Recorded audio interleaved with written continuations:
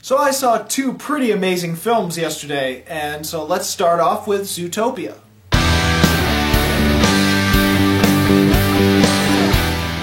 So Zootopia is a movie you already know about, but let's just go into it anyway. This movie is about talking animals that stand upright, talk, and behave completely like humans, except with animal instincts, of course. And in this alternate reality, predator and prey coexist together in this world, and the city of opportunity is Zootopia. Judy Hopps is a bunny that wants to be a police officer. She's always dreamed of being such. And so she goes out to Zootopia to be a cop.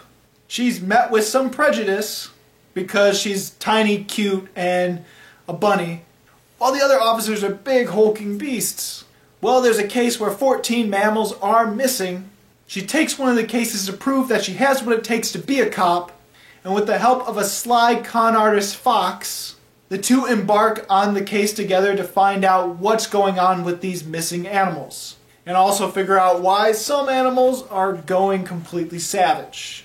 Basically, reverting back to their animal instincts and becoming vicious predators. Now, I will say this, I had a blast watching Zootopia. It was fun, it was creative, the movie was vibrant, it was action-packed, it was always interesting. It was a very fast-paced movie, that's for sure. Like a lot of really good animated films have the balance between being fast-paced so that they keep the attention of the younger audience while still having enough and something deeper for the adults. And in this one, it has prejudice, and it has racism, and it has stereotyping. There's a lot of layers within this movie about those subjects. I thought it was handled well, it was smart, it was the main theme of the movie and one of the main issues of the film, but it never felt like it was hitting you over the head with it several times. Like Norm of the North, its message was hammered in several times. There was enough subtlety where it didn't bog down the movie with it repeating this message over and over again, but at the same time being obvious enough for kids to pick up on. There's definitely a lot of smart comedy that adults will get more than kids, and I would say some of the comedy is a little bit more for adults than it is for kids, or at least older kids and adults more than the younger audience. I don't think this is a movie that's meant to be comedy or a cute, childish film. It does have some of those aspects in it, but for the most part it is a quite serious film. The movie did stereotyping well, honestly. It used it to its advantage because there are moments where obviously these characters still have a little animal in them, and so they still have some of the animal characteristics that you'd expect from that type of animal, like a fox being sly and more of a con artist, like wolves always howling.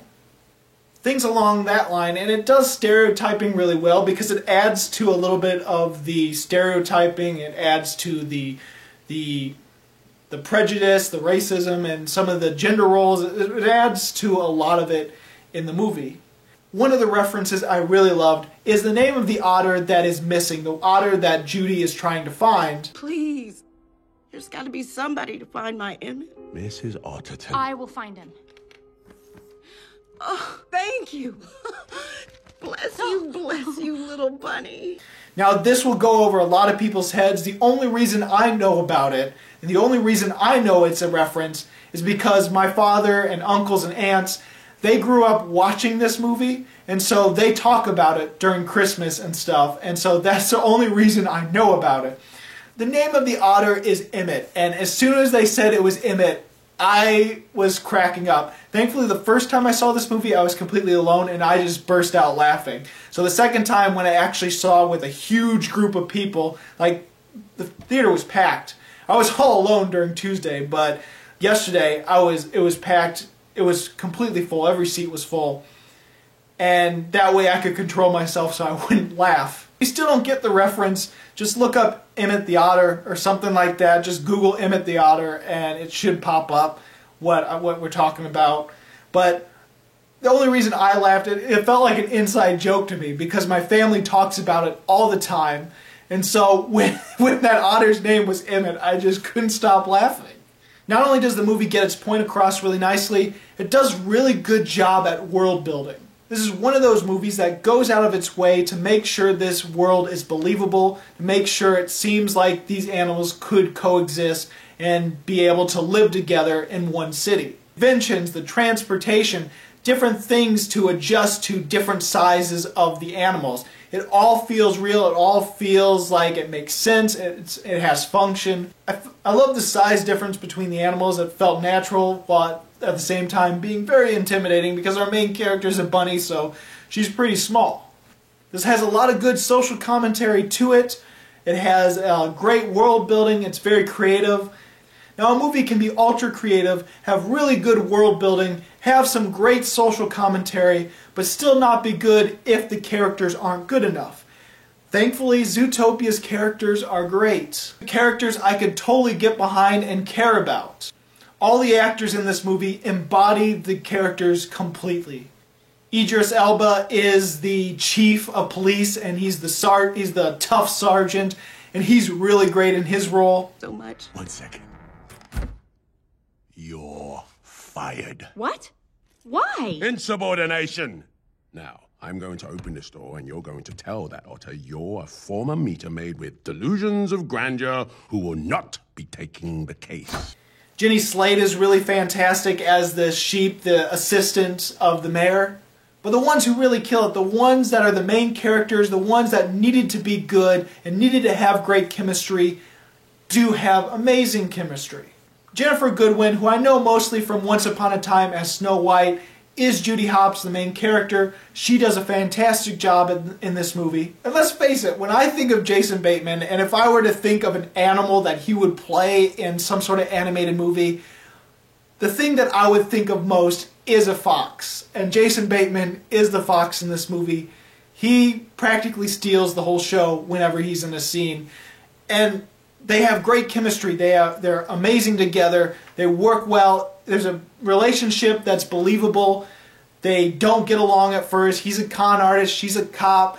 She basically has to hustle him to get him on her side. When we get that backstory for Nick Wilde the fox, who's Jason Bateman, when we get that backstory, it shows something really deep and emotional. And I got teary-eyed both times I watched it.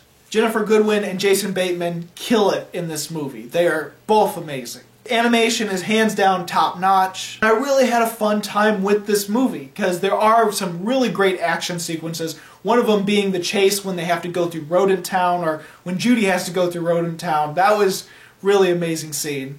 There's also an action sequence on a train which is really great as well. There's some really great action, really fast-paced movie, really nice twists and turns. Now I definitely love this movie. I'm going to probably consider this my 4th favorite movie so far this year. But I have to be honest with you, there are a few things that I didn't quite like in the movie, which really irritates me in a way because the rest of the movie seems just so perfect or on the edge of perfect to the point where this would be a 5-star movie if it wasn't for a few little nitpicky things. So I'm sorry if you love this movie and you think it's perfect, but there are a few nitpicky things that I don't quite like in this movie. For one, there's this one major question that this movie does not answer. And that is, what do the carnivores eat? Like, what do the predators actually eat? It never shows it in the film, never really addresses it. All it ever says is they used to eat prey, but what do they eat now?